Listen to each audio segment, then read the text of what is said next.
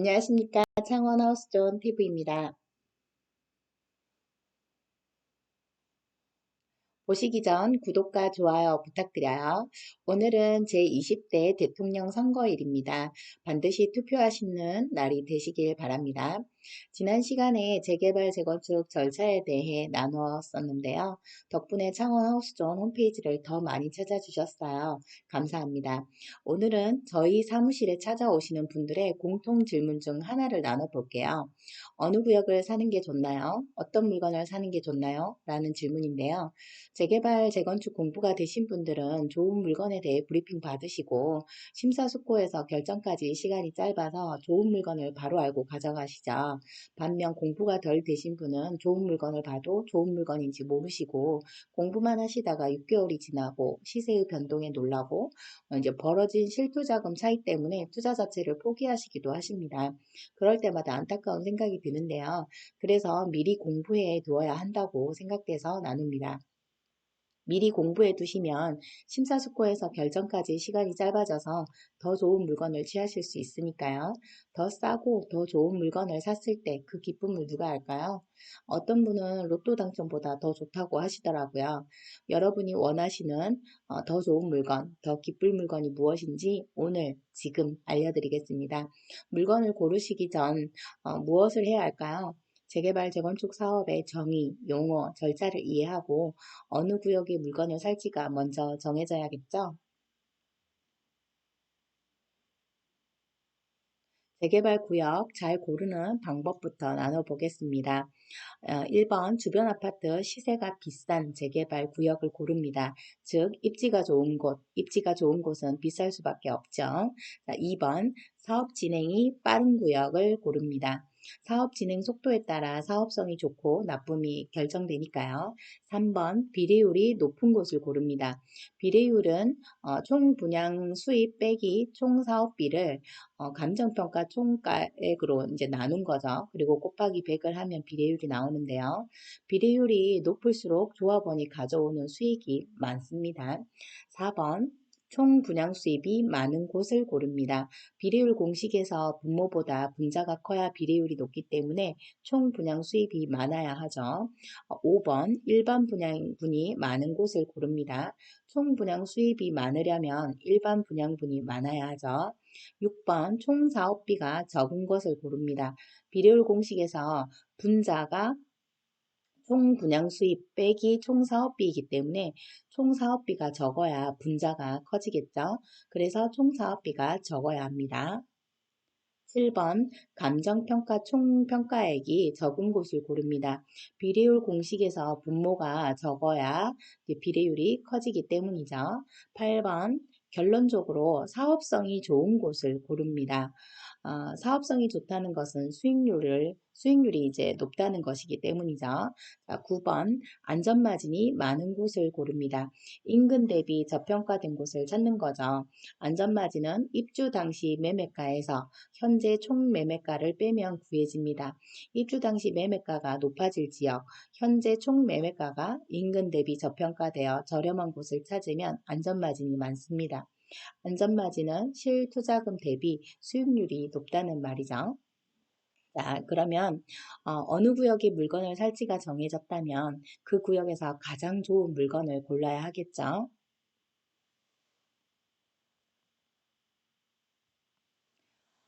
지금 한두 개의 물건도 아니고 이 많은 물건 중에 어떤 걸 고르시겠습니까? 좋은 물건이란 저평가된 가치 있는 물건 아닐까요? 1번 총 매매 금액이 적은 것을 고릅니다. 매매 금액 플러스 추가 부담금이 적은 것이죠. 접근하기가 좋기 때문입니다. 2번 프리미엄이 적고 실투자금이 적은 것을 고릅니다. 부담이 적습니다. 그 부담이 적다는 것은 그만큼 다른 분들도 같이 느끼기 때문에 수요가 조금 몰리는 부분이 있죠.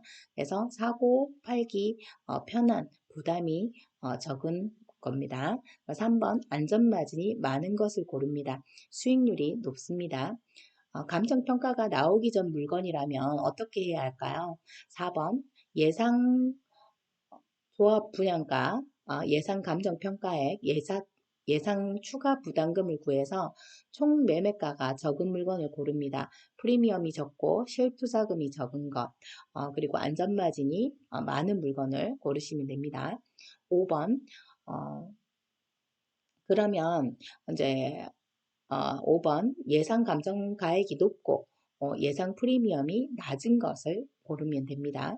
자, 그럼 예상 감정 평가액이 높은 것 같은 것은 이제 어떤 것일까요? 어떤 게 예상 감정 평가액이 높게 나올까요? 감정 평가는 이제 단독주택, 상가 건물 등은 원가법, 집합 건물, 아파트나 빌라, 연립, 구분상가 등은 이제 거래사례 비교법을 쓰는데요. 토지 및 건축물, 지작물이 많으면 많을수록 감정평가액이 높게 잘 나옵니다. 자, 이상형 월드컵처럼 어떤 물건이 더 감정평가가 잘 나오는지 해볼까요? 자, 6번 원가법과 거래사례 비교법 중에 거래사례 비교법이 감정가가 더 잘 나옵니다. 7번 단독주택, 상가 건물 등이나 집합 건물 중에 어떤 게 더 감정평가가 잘 나올까요? 집합 건물이 더 잘 나옵니다. 8번 단독주택과 다가구 주택 어떤 게 더 잘 나올까요? 다가구 주택이 더 감정가가 많이 나옵니다. 건물 연면적이 많기 때문이죠. 보통의 다가구 주택이 3층 왔다 갔다 하니까요. 자, 9번 1층 주택과 2층 주택 역시나 건물 연면적이 2층 주택이 더 많기 때문에 2층 주택이 감정가가 더 많이 나옵니다. 10번 빌라나 연립 보면 3층까지도 있고 4층이나 5층까지도 있는 건물들이 있는데요. 5층 기준으로 해서 이제 1층, 2층, 3층, 4층, 5층 감정가가 사실은 층별 차이가 없습니다. 그런데 이제 굳이 나눠야 한다면 감정가는 별반 차이가 없지만 이제 2층, 3층, 4층이 세입자를 이제 구하기가 유리하기 때문에 조금 사업 기간이 남아있는 구역 같은 경우 5층 빌라나 연립 중에 1층과 5층이냐 2, 3, 4층이냐를 봤을 때 2층, 3층, 4층이 이제 감정가는 별로 차이가 없더라도 세입자 구하기가 유리하시기 때문에 2, 3, 4층이 더 낫다고 보시면 됩니다. 자, 11번 낮은 개별 공시지가와 높은 개별 공시지가 중에서 어떻게 되느냐 보면 감정평가 시에는 개별 공시지가로 하는 게 아니고 표준지 공시지가로 합니다. 근데 이제 공부상 표준지 공시지가가 안 나오기 때문에 개별 공시지가로 임의 산정을 하는데요. 다른 조건이 다 같은데 이제 개별 공시지가가 낮은 것과 높은 것이 있다면 높은 개별 공시지가를 가진 것이 나중에 감정평가가 많이 나옵니다. 자, 12번 공부상 도로하고 이제 공부상 도로인데 실제로는 도로로 쓰고 있는 경우와 공부상 도로인데 실제로는 이제 대지로 쓰고 있는 거다. 이랬을 때는 어떤 게 감정평가가 더 잘 나오느냐 이렇게 보시게 되면 실제 이용 현황을 보고 감정평가가 됩니다. 그래서 도로의 경우는 인근 대지의 3분의 1 수준으로 이제 감정평가가 이루어지게 되는데요. 그랬을 때 실제 도로로 쓰냐, 실제 대지로 쓰냐를 봤을 때 실제 대지로 쓰는 것이 감정평가가 더 많이 나옵니다. 13번 공부상 대지인 상태인데 이제 실제로 도로로 쓰는 거죠. 그리고 공부상 대지인데 실제로 대지로 쓴다. 이럴 경우에는 당연히 공부상 대지이면서 실제로 대지로 쓰는 게 감정평가가 더 많이 나옵니다. 14번 도로 안쪽 주택과 도로변 주택을 이제 비교를 해보면 도로변 주택이 더 많이 감정평가가 나옵니다. 당연하겠죠. 개별 공시지가도 도로변 주택이 더 높습니다. 자, 15번 권령 많은 주택과 권령 적은 주택. 권령 많은 주택은 이제 감가상각이 많이 되죠. 그래서 권령 적은 주택이 이제 감가상각이 덜 되니까 감평가가 더 많이 나옵니다. 16번 목조 연화조 시멘트 벽돌조 대 철근 콘크리트조. 철근 콘크리트 구조가 감정평가가 더 많이 나옵니다. 그리고 17번 건물이 없는 것과 무허가 건물이라도 있는 것, 그 다음에 허가 건물이 있는 것. 이건 연면적하고 관계가 있죠. 연면적이 이제 큰 물건이 이제 감정평가가 많이 나오기 때문에 무허가 건물이라 하더라도 있는 게 감정평가가 더 많이 나옵니다.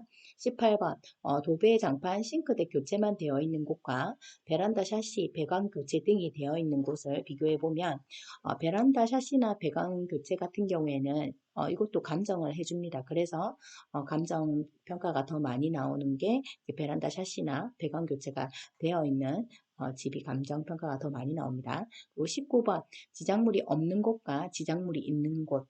지작물이라 하면 이제 창고나 뭐 대문, 수목 등이 있는 건데요. 그런 경우에 이제 마당에 이런 부속물들이 있는 게 이제 더 감정 평가가 더 많이 나옵니다. 오늘은 재개발 구역 잘 고르는 방법 9가지 알려드렸고 재개발 물건 잘 고르는 방법 19가지에 대해 정리해 드렸는데요. 한 번 들어서 잘 모르시겠거든 두 번, 세 번 들어서 이해하시고요. 알고 계시면 좋을 듯 합니다. 많은 도움이 되시길 바라고요. 그래도 선택을 기로해서 결정하기 힘들다 하시는 분들은 전화 상담, 방문 상담 환영합니다. 좋은 물건을 추천해 드리니까 걱정 마시고요. 창원하우스존 홈페이지에 창원 재개발 재건축 정비사업 지정된 구역이면서 현재 진행 중인 구역 24구역을 정리해 놓았습니다. 창원 재개발 구역 11구역, 창원 재건축구역 13구역을 정리해 두었는데요. 창원하우스존 홈페이지에서 매물 시세 검색하시면 부동산 흐름도 보시고 부동산 정보도 얻어가실 수 있습니다. 오늘의 부동산 정보가 도움이 되셨다면 가족, 친구, 지인에게도 공유 부탁드립니다. 행복한 부자가 되시는데 도움되는 창원하우스존 TV가 되겠습니다. 감사합니다. 행복한 부자 되세요.